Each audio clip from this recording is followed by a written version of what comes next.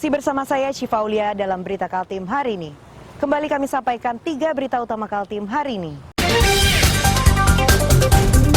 Dituduh mencuri uang, seorang pria di Samarinda dihakimi warga di Pasar Segiri.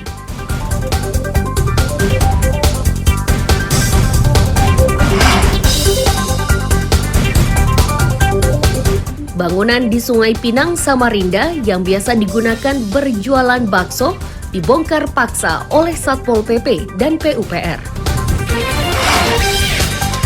Bandara Juanda Tarakan, Kalimantan Utara turun kelas dari layanan internasional menjadi domestik.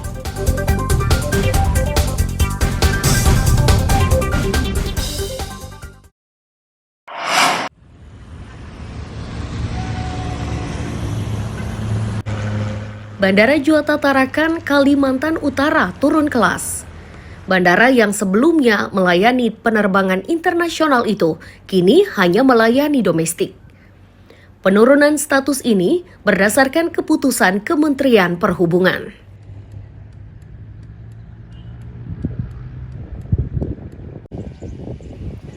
Kepala Bandara Juanda Tarakan, Bambang Hartarto menyatakan, kondisi bandara ini merupakan dampak dari penyebaran virus COVID-19.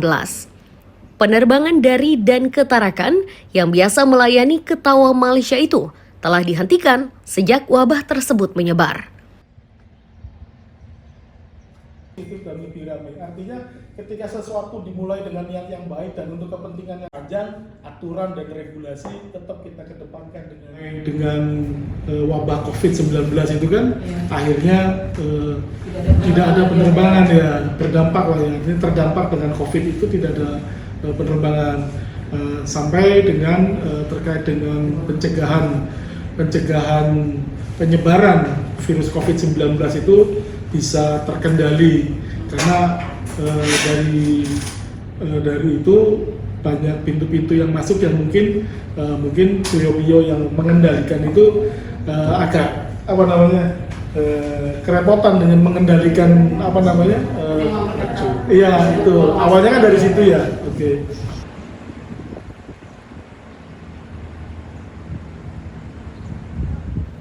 Penurunan status ini sifatnya sementara.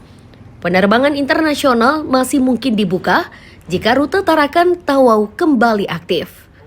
Mustafa melaporkan dari Tarakan, Kalimantan Utara.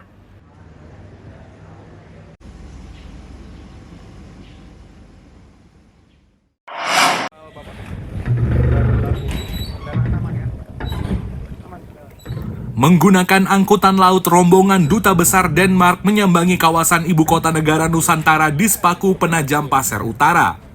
Tujuan mereka yakni untuk melihat dari dekat proses pembangunan.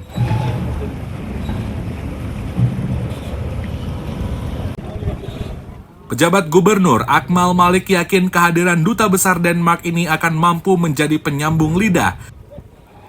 Lebih jauh, Akmal juga berharap metode pembangunan dengan mengedepankan kelestarian lingkungan tersebar luas.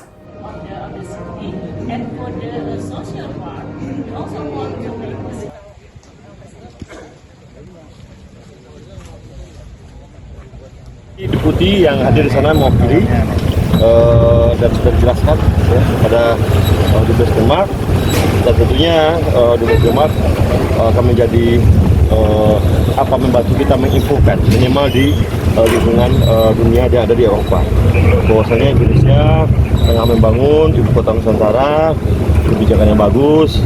Kita jelaskan perspektifnya smart forest city, tidak seperti pandangan orang-orang yang merusak hutan. Nah itu yang kita jelaskan ke beliau. Jadi memang kita bertugas menjelaskan kepada dunia bahwasanya kebijakan IKN ini adalah dalam rangka mewujudkan keadilan sosial bagi Indonesia.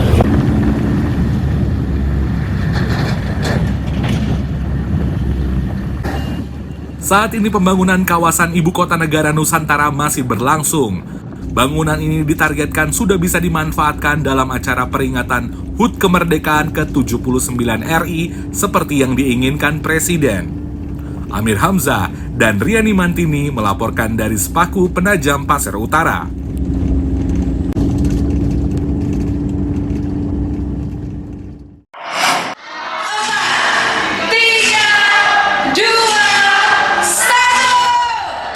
Jelang pelaksanaan pemilihan kepala daerah, Bawaslu Kutai Timur kini harus bergerak cepat. Langkah pertama yang akan dilakukan yakni perekrutan panitia pengawas kecamatan atau Panwascam. Sesuai jadwal, proses tersebut akan digelar dari 5 Mei hingga 7 Mei 2024.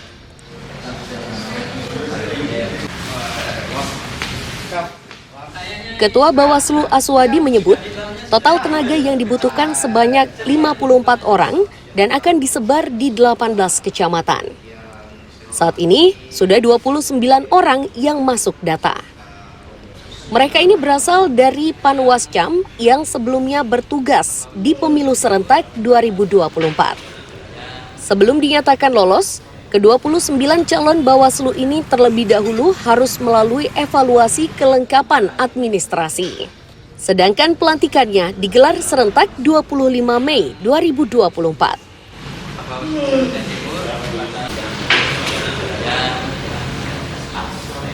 Panwascam yang baru itu tersebar di 15 kecamatan.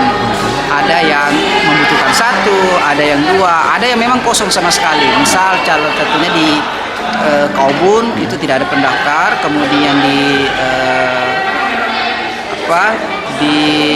Muara Bengkal itu juga tidak ada, dan Muara Ancalong itu juga tidak ada pendaftar, baik itu existing ataupun existing kemarin tidak ada yang mendaftar, sehingga untuk kesemuanya sebarannya itu ada 15 kecamatan yang ada.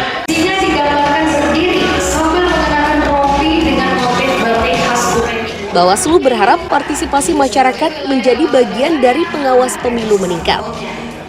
Ini dimaksudkan agar pelaksanaan pilkada berlangsung jujur, adil, dan bersih.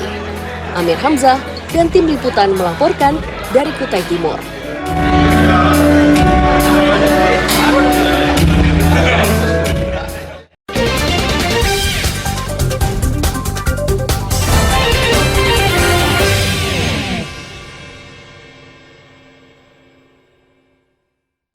Pemirsa, berita tadi menjadi akhir perjumpaan kita hari ini. Saya Syifa Aulia, pamit undur diri, selamat pagi dan selamat beraktivitas.